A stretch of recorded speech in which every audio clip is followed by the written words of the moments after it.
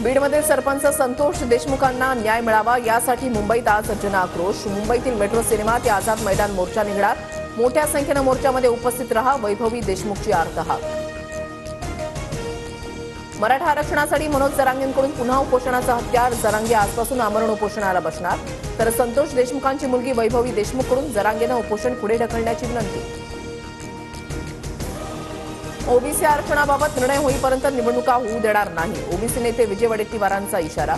स्थानिक स्वराज्य संस्थांमध्ये साधारणतः 50,000 जागा ओबीसींच्या असल्याची माहिती। काँग्रेसची आज राज्यभरात निदर्शनं। लोकशाही वाचवण्यासाठी काँग्रेसचा एल्गार। भाजपा आणि निवडणूक आयोगाचा निषेध करणार।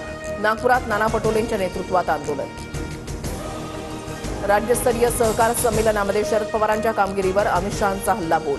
पवारांनी 10 वर्षामध्ये शेती सहकार क्षेत्रासाठी काय केलं, हिशोब द्यावा, शहांचं आव्हान। अमित शहांवरील संस्कार कोल्हापूरचे वाटत नाही, तर शरद पवार यांचा थेट हल्लाबोल।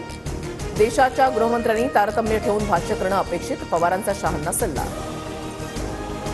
शहांकडे जमाल गोट्याचं औषध, भल्या भल्यांचा आजार ठीक होतो। अमित शहा मुंबईमध्ये आल्यानं काहींच्या पोटामध्ये दुखतंय, एकनाथ शिंदेंची उद्धव ठाकरेंवर टीका। मुख्यमंत्री देवेंद्र फडणवीस दाऊस दौऱ्यावरून मुंबईमध्ये परतले। रायगडसह नाशिकच्या पालकमंत्रीपदाचा तिढा सुटण्याची शक्यता। शिवसेनेतील नाराजीवर शिंदे फडणवीसांमध्ये चर्चा होणार असल्याची माहिती। बीड हत्या प्रकरणासह मकोका गुन्ह्यातील आरोपींची संपत्ती गोठवण्यासाठी एसआयटीचा अर्ज। आरोपी वाल्मिक कराडचाही अर्जामध्ये उल्लेख। आरोपी वाल्मिक कराडचे सगळे रिपोर्ट ताबडतोब सार्वजनिक करा, सामाजिक कार्यकर्ते अंजली दमानी यांची मागणी। कराडवर सध्या रुग्णालयामध्ये उपचार सुरू। महादेव मुंडे हत्या प्रकरणाचा तपास आता अंबाजोगाई पोलीस उपअधीक्षकांकडे वर्ग। बीड पोलीस अधीक्षकांचे आदेश। महादेव मुंडेंच्या हत्येवरून वाल्मिक कराडसह मुलांवर गंभीर आरोप।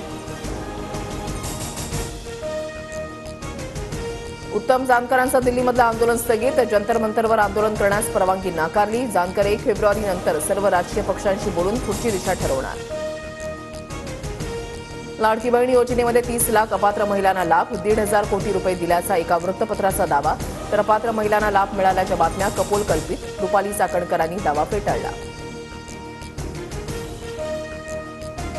आजपासून एसटीचे नवे दर लागू। एसटीच्या तिकीट दरामध्ये 15% वाढ। मुंबई ते पुणे प्रवास 80 रुपयांनी वाढला। प्रवाशांमध्ये नाराजीचा सूर। यवतमाळच्या उमरखेडा तालुक्यामध्ये शाळेची बस झाडाला धडकल्यानं अपघात। एका विद्यार्थ्याचा दुर्दैवी मृत्यू, अनेक विद्यार्थी गंभीर जखमी। दिवटी पिंपरी ते दहागाव दरम्यानची घटना। महावितरणकडून पहिल्यांदाच वीज दर कपातीचा प्रस्ताव सादर। सौर ऊर्जेच्या माध्यमातून वीज तयार करण्यावर महावितरणकडून भर दिला जाणार। प्रस्तावानुसार येत्या 5 वर्षांमध्ये घरगुती विजेचे दर 23% कमी होणार।